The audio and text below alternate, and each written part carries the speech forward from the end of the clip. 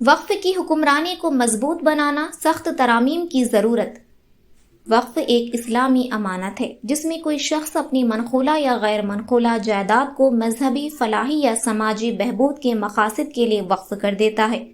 ہندوستان میں وقف نے مذہبی ورثے کو محفوظ رکھنے اور فلاحی خدمات فراہم کرنے میں نمایاں کردار ادا کیا ہے۔ ماضی میں وقف نظام کو مساجد، مدارس اور فلاحی اداروں کو برقرار رکھنے کے لیے وسیع پیمانے پر استعمال کیا گیا ہے۔ تاہم برطانوی استعماری حکومت کے دوران وقف جائیدادوں کی روایتی حکمرانی میں خلل پڑا، جس کے نتیجے میں بد انتظامی، کرپشن اور غیر قانونی قبضے عام ہو گئے۔ ہندوستان میں وقف جائیدادوں کے لیے قانونی فریم ورک میں شفافیت اور جواب دہی کو بہتر بنانے کے لیے متعدد ترامیم کی گئی ہیں۔ وقف کا بنیادی مقصد عوامی فلاح و بہبود کی خدمت کرنا ہے۔ تاریخی طور پر وقف ادارے سماجی بہبود، خاص طور پر تعلیم، صحت کی دیکھ بھال اور غربت کے خاتمے میں اہم کردار ادا کرتے رہے ہیں۔ وقف کے مقاصد کو 3 بنیادی اقسام میں تقسیم کیا جا سکتا ہے: مذہبی وقف، فلاحی وقف اور خاندانی وقف۔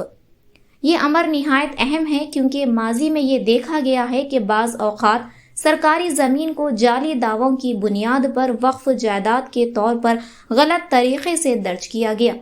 وقف اصلاحات کی کامیابی کا انحصار وقف قوانین کے مؤثر نفاذ پر ہوگا۔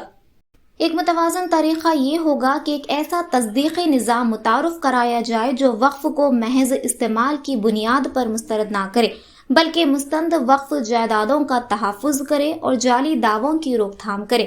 اس کے لیے تاریخی اور نئے وقف دعووں میں فرق کرنا ضروری ہوگا۔ قانون نئے وقف اعلانات کے لیے سخت دستاویزی شرائط لاگو کر سکتا ہے، جبکہ صدیوں سے قائم جائیدادوں کا جائزہ کسی خصوصی ٹریبیونل کے ذریعے لیا جا سکتا ہے، بجائے اس کے کہ انہیں فوری طور پر مسترد کر دیا جائے۔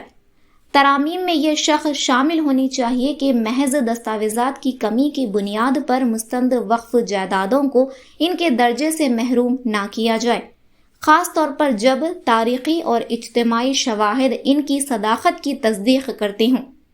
صدیوں سے وقف ادارے سماجی اور مذہبی زندگی میں کلیدی کردار ادا کرتے آئے ہیں اور معاشرے کو بنیادی سہولیات فراہم کرتے رہے ہیں۔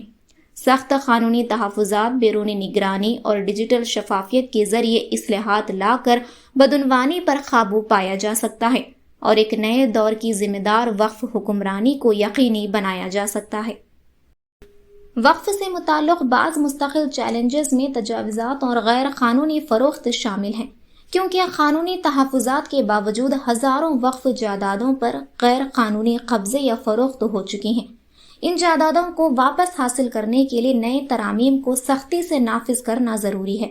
کئی وقف بورڈز سیاسی مفادات کے زیر اثر ہوتے ہیں، جس کی وجہ سے جانبدارانہ فیصلے اور بدعنوانی جنم لیتی ہے۔ بہت سے مستحقین، خصوصاً غریب مسلمان، اپنے حقوق سے ناواقف ہیں۔ اس مسئلے کے حل کے لیے آگہی مہمات اور قانونی امدادی پروگرام متعارف کرائے جانے چاہئیں تاکہ وہ اپنے حقوق حاصل کر سکیں۔